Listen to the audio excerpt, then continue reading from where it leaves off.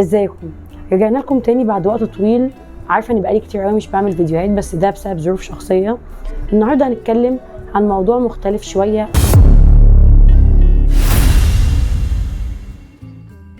في حياتنا اليوميه طول ما احنا عايشين كده بنشوف كتير قوي من شباب وبنات بيبقوا دايما شايفين ان هم مش قادرين يكملوا في حياتهم، مش قادرين يتحملوا الضغوط اللي عليهم، وبيوصلوا في الاخر ان هم بينهوا حياتهم دي. هنتكلم النهارده عن سبب مهم جدا من الاسباب دي، وهو الابتزاز الالكتروني والخوف من الاهل. وده سبب كبير جدا بيخلي الشباب دي يوصلوا ان هم ينهوا حياتهم. في الفيديو ده هنتكلم عن قصص حقيقيه اصحابها انهوا حياتهم، فاتفرج على الفيديو ده للاخر. وما تنساش وانت معدي كده في طريقك تحط لايك وتعمل سبسكرايب. بسنت خالد بنت مصريه عندها 17 سنه، قصتها وجعت قلوب ناس كتير قوي. في ديسمبر 2021 شخص ما فبرك ليها صور في اوضاع مخله جدا وبدأ يبتزها، وللأسف الشديد الصور دي انتشرت في قريتها جدا. والمحزن هنا ان اهلها ما صدقوهاش واتهموها ان هي عملت ده فعلا من غير ما يسمعوا منها اي حاجه. الضغط النفسي كان كبير قوي عليها ومواجهه اهلها كانت صعبه جدا. بسنت هنا ما قدرتش ان هي تتعايش مع الضغط النفسي ده، وده خلاها تاخد القرار الصعب وهي انها تنهي حياتها. اماندا تود بنت كنديه عندها 15 سنه، قصتها بدأت لما اتعرفت على واحد على الانترنت واقنعها ان هي تتصور صور وتبين فيها مناطق من جسمها. بعد كده الشخص ده فضل يبتزها ان هو هينشر الصور دي لو ما نفذتش كل حاجه هو بيطلبها منها. اماندا خافت تقول لاهلها وخافت من الفضيحه قدام زمايلها في المدرسه اللي دايما بيتنمروا عليها. فنخلي بالنا ان احنا هنا عندنا مشكلتين، او بمعنى اصح 3 مشاكل: التنمر، الخوف من الاهل، الابتزاز الالكتروني. وبعد سنين من الخوف اماندا قررت انها تنهي حياتها في 2012 علشان هي ما بقتش قادره تتحمل الخوف اللي بيواجهها من المجتمع. ريبيكا سيدرك ودي بنت امريكيه عندها 12 سنه بس، كانت بتتعرض للتنمر الالكتروني من اصحابها في المدرسه. كانوا بيهددوها ان هم هينشروا ليها صور على الانترنت ليها لو ما نفذتش اللي هم بيطلبوه منها، وهي خافت تروح تقول لاهلها علشان ما يعاقبوهاش، ففضلت تعاني في صمت. وفي 2013 بعد شهور من التنمر والتهديد ريبيكا قررت انها تنهي حياتها، وللاسف نفذت وانتحرت.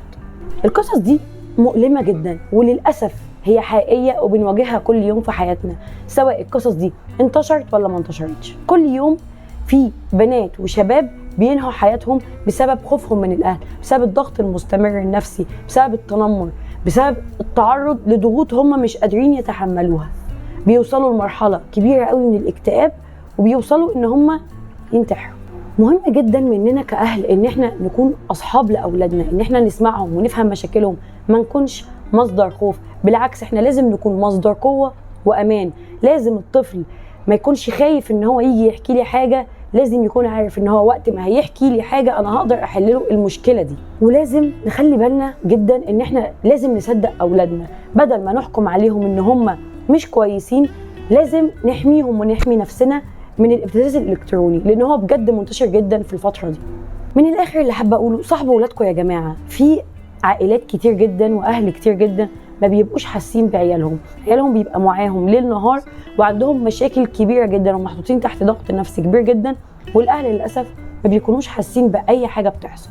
صاحبوا ولادكم وافهموهم وانصحوهم. انتوا مريتوا بتجارب اكتر، فخليكم دايما جنب اولادكم.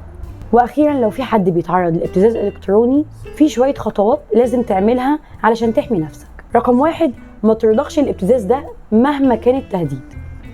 تاني حاجه، جمع الادله، بمعنى ان كل حاجه حصلت لازم تكون معاكي، من صور لمكالمات لرسائل، كل حاجه لازم تتشال. كل التهديدات لازم تكون موجوده، سكرين شوت يا اما فويس، كل الحاجات دي لازم تكون موجوده علشان ده هتعرفي تجيبي بيه حقك كويس او هتعرف تجيب بيه حقك كويس. ثالث حاجه، بنبلغ الجهات المختصه عن طريق الاداره العامه لتكنولوجيا المعلومات، او بنتصل على الرقم ده نبلغ عليه 108. رقم 4، بنطلب الدعم من حد احنا بنثق فيه جدا، لان في الفتره دي الدعم النفسي بيكون مهم جدا لينا، وهيبقى افضل بكتير قوي لو ان احنا استشارنا محامي في الحاجات دي كلها. يعني لو حصل حاجه زي كده والموضوع كبير، لازم ان يكون في محامي نستشيره في القضيه دي.